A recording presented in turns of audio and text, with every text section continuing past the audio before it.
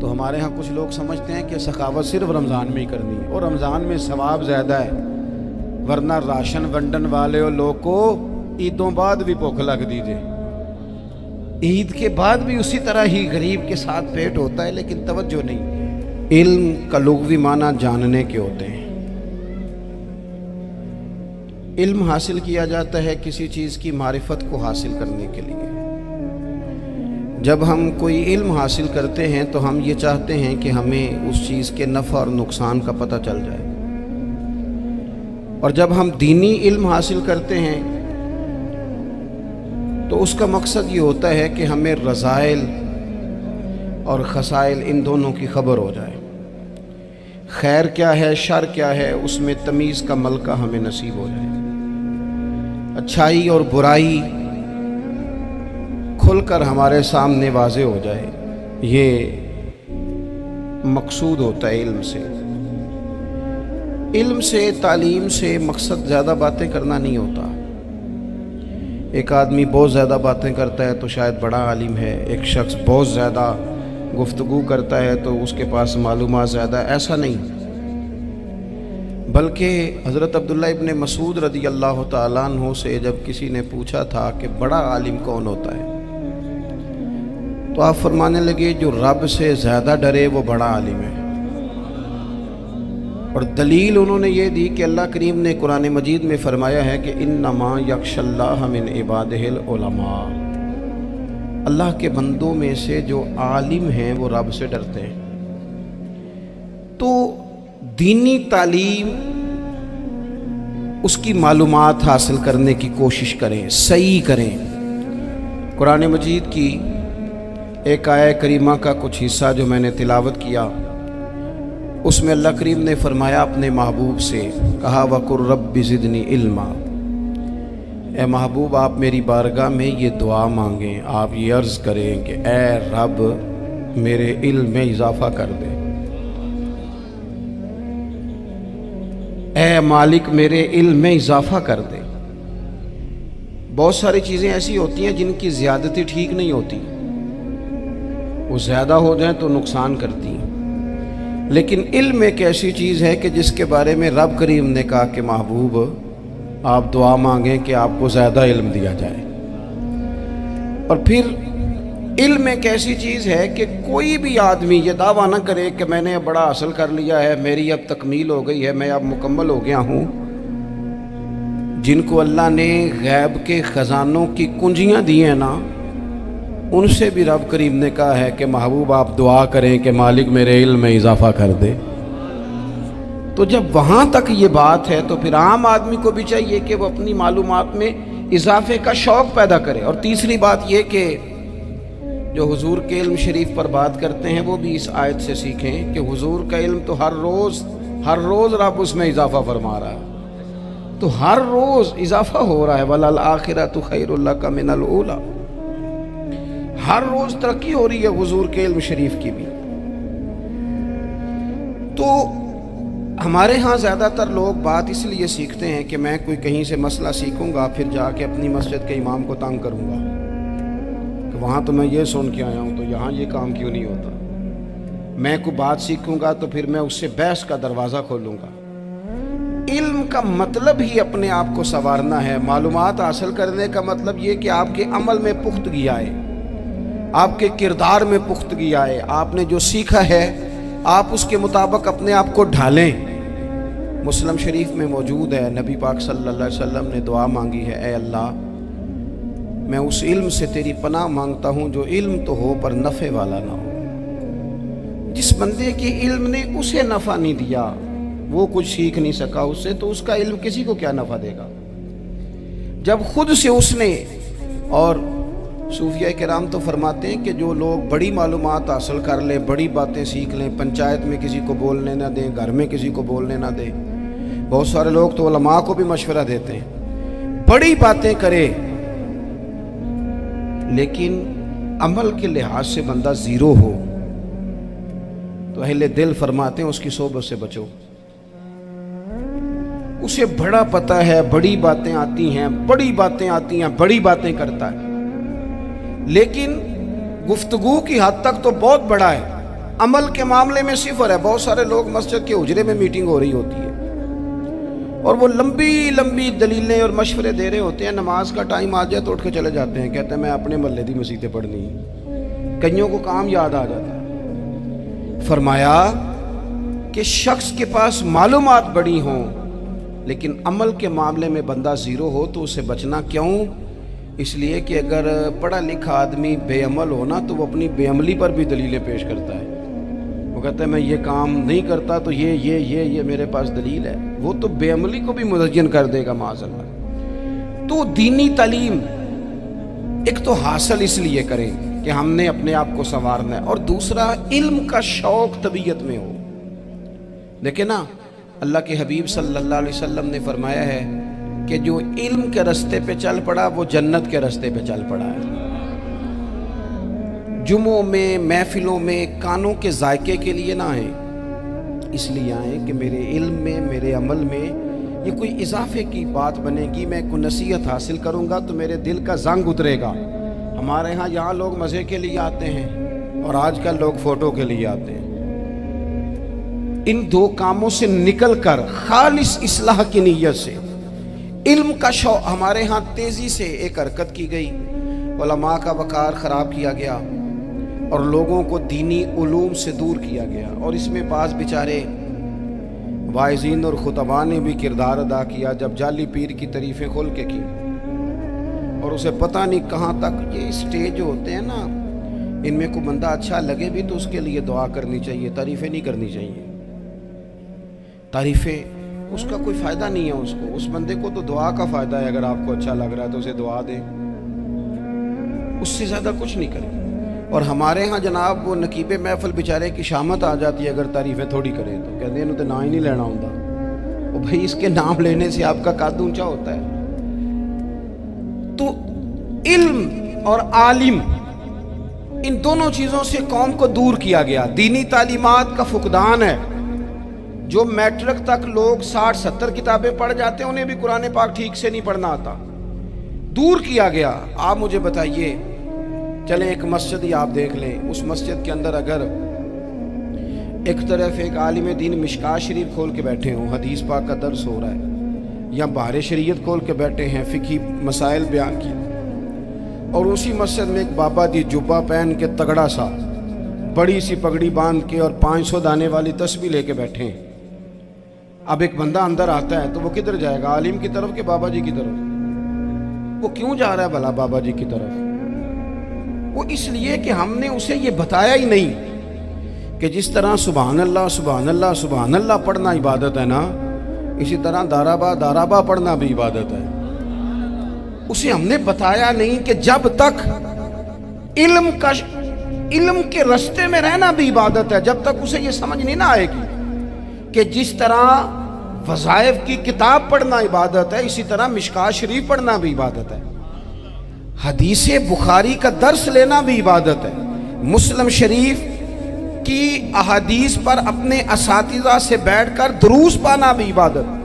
جب تک یہ پورا مزاج دیکھیں نا, نبی پاک صلی اللہ علیہ وسلم نے فرمایا رات کی ایک گھڑی بھر دین سیکھ لینا ساری رات نفل پڑھنے سے بہتر ہے.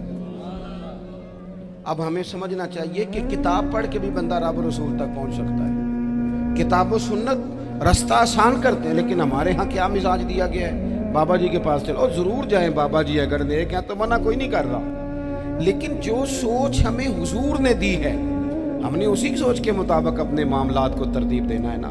اب ایک بات میں نے آپ سے پوچھی اور آپ نے کہا قوم ساری بابا جی کی طرف جائے گی. حدیث پاک کس طرح ہے, اللہ کے محبوب مسجد شریف میں تشریف لائے, دونوں جانب لوگوں کے حلقے بنے ہوئے ہیں, لوگ بیٹھے ہوئے ہیں, ایک حلقے میں لوگ اللہ کی یاد کر رہے ہیں, ذکر ہو رہا ہے, ایک حلقے میں بیٹھ کے ایک عالم کتاب و سنت کا درس دے رہے ہیں, ایک صحابی اور باقی سن رہے ہیں. خاص توجہ کریں نوجوان میری بات پر, رسول کریم صلی اللہ علیہ وسلم دونوں کے بیچ کھڑے ہو گئے اور کریم نے فرمایا دونوں محفلیں خیر کی ہیں, دونوں ہی حلقے خیر کے ہیں. اور پھر حضور فرمانے لگے مجھے چونکہ رب نے استاد بنا کے بھیجا ہے, میں چونکہ معلم بن کے آیا ہوں, یتلو علیکم آیاتنا ویزکیکم, میں چونکہ کتاب و سنت کی تعلیم کے لیے آیا ہوں. یہ لفظ کہتے کہتے حضور اس جماعت میں بیٹھ گئے جو دین پڑھ اور پڑھا رہی تھی. حضور وہاں بیٹھے جہاں بات دین کی ہو رہی، جہاں لوگوں کو اللہ رسول کی بات بتائی جا رہی. تو جمعے میں وقت پہ آئیں، اپنی دینی معلومات مضبوط کریں اور اپنے لیے مضبوط کریں. میں آپ کو بڑے درد سے یہ بات عرض کرتا ہوں، اگر دن میں 100 لوگ مسئلہ پوچھتے ہیں نا شریعت کا، تو ان میں 95 لوگ وہ ہوتے ہیں جو طلاق کا مسئلہ پوچھتے ہیں. والد صاحب نے، بیٹی کے والد صاحب نے 2 مہینے پہلے آرڈر دیا ہوتا ہے فرنیچر کا. بیٹے کی شادی ہو تو مہینہ پہلے شیروانی والے کو بھی کہنا پڑتا ہے، گاڑیاں بک کرانی پڑتی ہیں، میرج ہال بک، یہ سارے لوازمات ہم کرتے ہیں. سارا کچھ کیا، گاڑی سے گھر بسنا ہے، میرج ہال سے بسنا ہے، فرنیچر سے بسنا ہے. ہم نے سارا کچھ ان کو بتایا، لیکن کاش 2 گھنٹے بچی کسی معلمہ کے پاس جاتی، بچہ کسی استاد کے پاس جاتا، نکاح طلاق کے مسئلے بھی سیکھتے. میں دعوے سے کہتا ہوں اگر ہمیں پتہ چل جائے کہ 3 طلاقیں اکٹھی نہیں دینی چاہیے، کیونکہ دے دیں تو ہو جاتی ہیں، اگر ہمیں سمجھ آ جائے کہ نہیں دینی چاہیے، یہ مسئلہ بیان ہو. اور یہ والے مسئلے ہم محفلوں میں بھی نہیں بیان کر سکتے، اس لیے کہ لوگ کہیں گے مسئلہ تو وہ بیان کریں جس پہ نعرے لگیں گے. آپ قوم کو یہ کیا بتا رہے ہیں؟ یہ تو چھوٹا عالم بتاتا ہے معاذ اللہ اس طرح کی باتیں، تو بڑی بڑی کوئی نقطے کی بات بتائیں. تو اس طرح ہمارے ہاں وہ 1 گھنٹہ پہلے نہیں کہتے تگڑے ہو جو میں جملہ دینے لگا ہوں، پتہ نہیں جملہ آ رہا ہے کہ ایٹم بم آ رہا ہے، تیار ہو جاؤ، جو میرا جملہ ضائع نہ کرنا، ادھر بھاگ کے چلا گیا ادھر بھاگ کے آ جاؤ. اللہ جانے وہ جس طرح کبھی لگتا ہے نا پٹاری سے، اللہ جانے کیا نکلے گا. میں جملہ دینے لگا ہوں تو میں کہتا ہوں تو آرام سے بیٹھ کے بھی جملہ دے دے، تیرے جملے سے کیا نکلے گا. اور تو جملہ نہ دے، ہمیں کوئی آیت دے، تو جملہ چھوڑ ہمیں کوئی حدیث پاک سنا. یعنی ہر نقیب، ہر خطیب، ہر نعت خواہ اٹھ کے کہتا ہے سارا قرآن ہی حضور کی تعریف ہے. اور بھئی اگر سارا قرآن حضور کی تعریف ہے تو چند آیتیں پڑھ دے پھر تو بھی. تو نے پڑھی تو ایک بھی نہیں اور تو کہتا جا رہا ہے سارا قرآن ہی حضور کی تعریف ہے. یہ والی تعریف بھی تو سنانا قوم کو، جو یہ بچے ان کے استاد انہیں سکھا رہے ہیں اور یہ سیکھ رہے ہیں، اس طرف بھی تو سفر کریں. تو میرے عزیز، اگر لوگوں کو مسائل کا پتہ چلے تو سینکڑوں گھر بچ جائیں تباہ ہونے سے، بڑے بڑے گھر بچ جائیں. لیکن مسائل نہیں آتے. میرے پاس مسئلہ پوچھنے کے لیے کچھ لوگ آ گئے تو 4-5 سال کا بچہ بھی تھا جس کے والد نے غصے میں اپنی بیوی کو 3 طلاقیں دی تھی. چھوٹا سا بچہ، کپڑے بھی پھٹے پرانے، اور حالت بتا رہی تھی کہ غریبی ہے. تو جب میں نے مسئلہ بتایا کہ 3 طلاقیں ہو گئی ہیں تو واپس جانے لگے، تو بچہ مجھ سے کہتا ہے، دیہاتی آدمی تو کہنے لگا مولوی صاحب میری اماں تے نانی کہنی اسن پوچھ کے آئی آپ کہ ہن اسی علیحدہ علیحدہ ہی رہنا ہے. تو اس بچے کی نونہال کی وہ کیفیت دیکھی تو میں رو پڑا. میں نے کہا یار یہ بچہ بیچارہ ماں باپ کے ہوتے ہوئے یہ یتیموں جیسی زندگی گزارے گا کیونکہ باپ نے طلاق دے دی. کس طرح مسائل نہیں بتائے لوگوں کو، تعلیم سے آگاہی نہیں کیا. اور اس میں بہت بڑا ظلم ہے ان لوگوں کا بھی جو جنازے پہ کھڑے ہو کے تو کہہ دیتے ہیں، میری طرح کے لوگ اچھے علماء کی بات نہیں کرتا، وہ کہہ دیتے ہیں دیکھو جی لوگوں کو جنازہ نہیں آتا. بھئی آپ نے کس دن عشاء کے بعد کلاس لگائی تھی جنازہ سکھانے کی؟ یہ تو آپ نے کہہ دیا لوگوں کو قرآن جی ٹھیک نہیں آتا. تو یہاں تو بیچاری بیویاں جن کو صحیح پڑھنا نہیں آتا وہ مشن بنا لیتی ہیں کہ میں نے اتنے 100 کو قرآن پاک پڑھانا ہے، بیوہ ہو گئی ہوں، طلاق یافتہ ہو گئی ہوں، ساری زندگی قرآن پڑھاؤں گی. ہم کیوں یہ مشن نہیں بناتے؟ کیوں اس طرف سفر نہیں کرتے؟ ایک تو دینی معلومات میں، دینی علوم میں اپنے آپ کو لگائیں اور ذوق پیدا کریں کہ جو چیزیں مجھے نہیں آتی میں نے وہ سیکھنی ہے، جو معاملات مجھے نہیں آتے میں نے ان کی طرف سفر کرنا ہے. ایک تو اپنا یہ مزاج بنائیں. اور جب آپ دینی علوم سیکھتے ہیں تو پتہ ہے کون سا منظر قائم ہوتا ہے؟ منظر وہ بنتا ہے کہ حضرت ابو ہریرہ بھی دین سیکھا کرتے تھے، حضرت عبداللہ ابن عمر بھی اصحاب صفہ میں رہا کرتے تھے، حضرت انس بن مالک بھی رہا کرتے تھے. اور ایسا منظر بنتا ہے کہ حضرت سیدہ خدیجہ الکبریٰ رضی اللہ تعالیٰ عنہ فرماتی ہیں سیدہ فاطمہ حضور کی گود میں بیٹھی ہوتی تھی اور نبی پاک سے باتیں پوچھتی تھی اور حضور انہیں بتا رہے ہوتے تھے. سیدہ عائشہ حضور سے دین کی باتیں پوچھتی. چوتھا حصہ ہماری فقہ کے اصول حضرت فاطمہ کی، حضرت عائشہ صدیقہ کی مرویات پر مبنی ہے. اگر ہماری بچیاں چھوڑ دیں ڈائجسٹ پڑھنا، چھوڑ دیں ادھر ادھر کی مووی دیکھنا، اور وہ کتاب و سنت پر آ جائیں، تو بہت سارے مسائل ایسے ہیں جو الجھنے سے پہلے ہی سلجھے ہوئے ہوں. دینی تعلیم کا مزاج اور ذوق. اور دوسری آیت کریمہ میں نے تلاوت کی، اللہ کریم نے قرآن مجید میں فرمایا یا ایھا الذین آمنوا قوا انفسکم واہلیکم نارا، اے ایمان والو خود بھی دوزخ کی آگ سے بچو اور اپنے گھر والوں کو بھی بچاؤ. او والد، وہ ماں جو بچوں کو بھوک سے بچانے کے لیے محنت کرتی ہے، ان کو مایوسی سے بہت سارے ماں باپ ایسے ہوتے ہیں جن کے پاس کپڑے لینے کے پیسے نہیں ہوتے عید پہ. کیوں؟ اذان شروع ہو گئی. عزیز بھائی، جس طرح ہم اپنے بچوں کو دیکھیں، بہت سارے ماں باپ کے پاس گنجائش نہیں ہوتی، لیکن اس نیت سے کہ بچوں کے دل ٹوٹ جائیں گے، عید پہ کیسے گزارا کریں گے، مشکل سے بھی کپڑے خرید کے دیتے ہیں. اس طرح ہم اپنے بچوں کو بھوک سے، پیاس سے، مایوسی سے بچاتے ہیں. اس طرح ہمارے رب نے ہمارے ذمے لگایا کہ تم اپنے بچوں کو کوشش کرو دوزخ کی آگ سے بچانے کی. حضرت عمر فاروق رضی اللہ تعالیٰ عنہ نے عرض کیا تھا یا رسول اللہ صلی اللہ تعالیٰ علیہ وسلم، اس آیہ کریمہ کا معنی کیا ہے؟ تو محبوب کریم علیہ السلام نے فرمایا عمر، جن چیزوں کا اللہ تمہیں حکم دیتا ہے تم اپنے گھر والوں کو ان چیزوں کا حکم دو. جن چیزوں سے رب رسول تمہیں منع کرتے ہیں اپنے گھر والوں کو ان سے روکو. اپنے گھر کے اندر نفاذ دین کرنے کی کوشش کرو. میرے بھائی، بہت زیادہ آزمائش ہے ہمارے گھروں میں، بے چینیاں ہیں، اضطراب ہے، بچوں میں سختی ہے، بہن بھائی ایک دوسرے کے ساتھ لڑتے ہیں، مزاجوں میں تلخی آ گئی. کیوں بھلا؟ اس لیے کہ ماں باپ کو جو بہترین کردار اور جو حسین طریقہ گھر میں اپنانا چاہیے تھا، بچے تقریر باہر سے سنتے ہیں لیکن وہ فالو اپنے ماں باپ کو کرتے ہیں. اگر ماں باپ میں حوصلہ ہو، صبر ہو، اطمینان ہو، خودداری ہو، تھوڑے پر گزارا کرنے کا مزاج ہو. دیکھیں نا، آج ڈپریشن ہے، ٹینشن ہے، پینکس اٹیکس ہیں، بڑی ساری چیزیں آ گئی ہیں. کیوں بھلا؟ صبر نہیں، تحمل نہیں، بردباری نہیں. آزمائے. ایک دن ایک بچہ میرے پاس آ گیا مدرسے کا، اور آ کے وہ رونے لگا.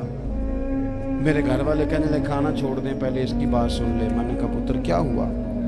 کسی نے مارا ہے کسی استاد نے؟ کہنے لگے نہیں حضرت، گھر فون کیا تھا تو میری اماں اور ابا کی لڑائی ہو رہی ہے. بچہ کانپ رہا ہے، ٹانگیں کانپ رہی. میں نے کہا کیا ہو کیا گیا تمہیں پتر؟ لڑائی ہو رہی ہے تو گھروں میں ہو ہی جاتی ہے. کہنے لگے نہیں، آپ کو پتہ نہیں، وہ بڑا سخت لڑتے ہیں. میرے والد جب میری والدہ کو مارنے کے لیے آگے بڑھتے ہیں تو ہم سارے چار پنجوں کے نیچے چھپ جاتے ہیں. ہمیں خوف آتا ہے، وہ منظر خطرناک ہوتا ہے. یہ کون تکلیف دے رہا ہے اپنے بچوں کو؟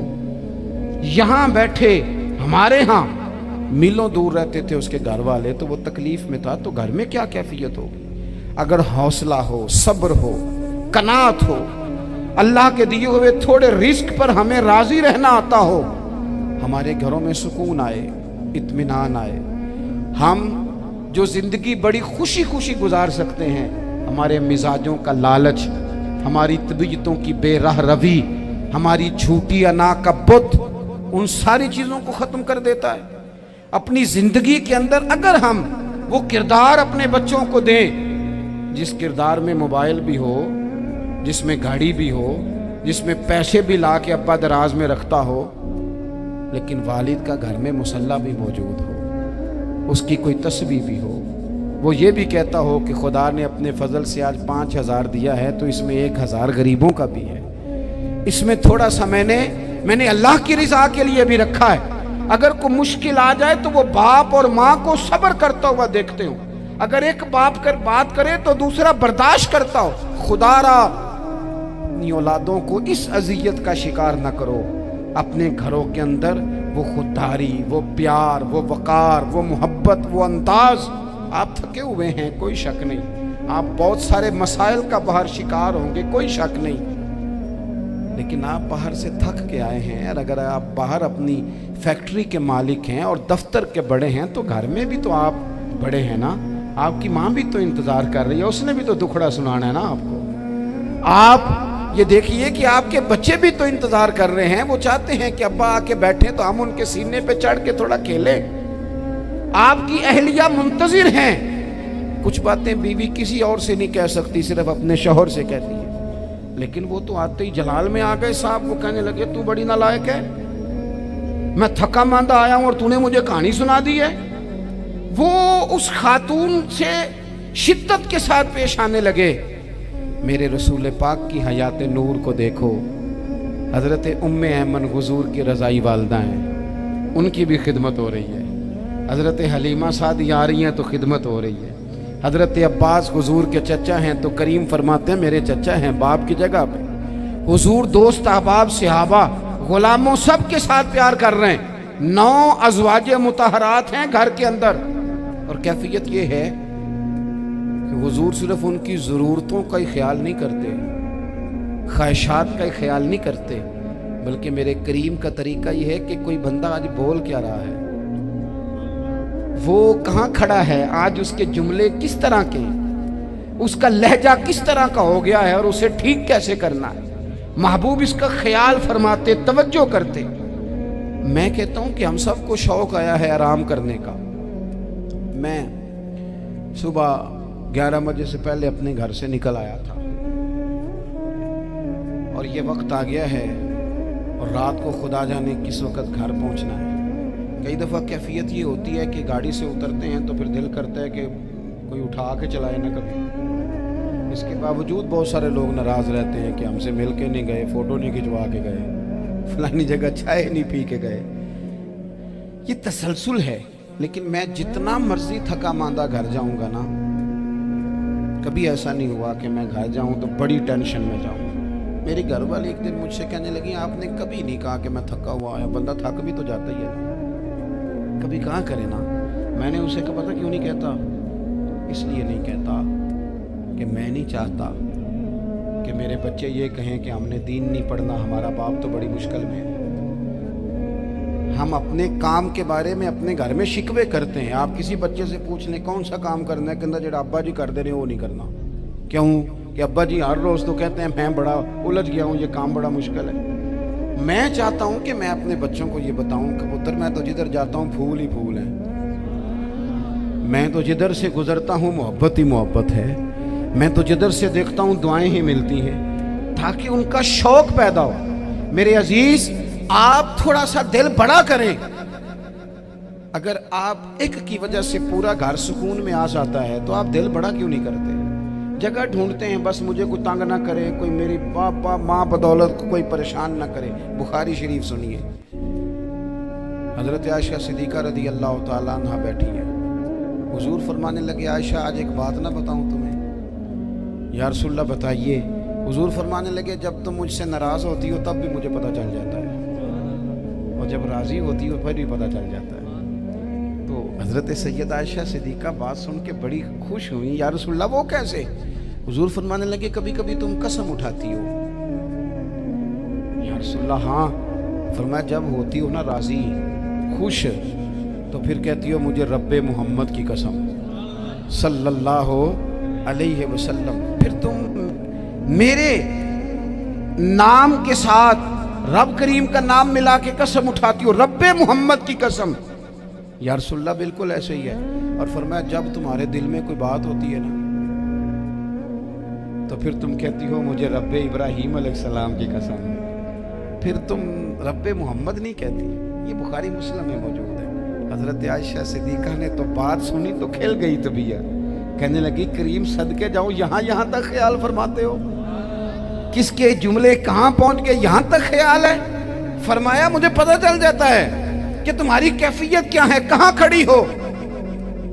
او بھئی ہم تو اپنی ماں کا بھی خیال نہیں رکھتے، ہمارا باپ کہاں بیچارہ کھڑا ہے، وہ تو انتظار میں تھا کہ کوئی 10 منٹ میرے پاس بیٹھے گا، توجہ ہی نہیں، جذبات کا خیال ہی نہیں۔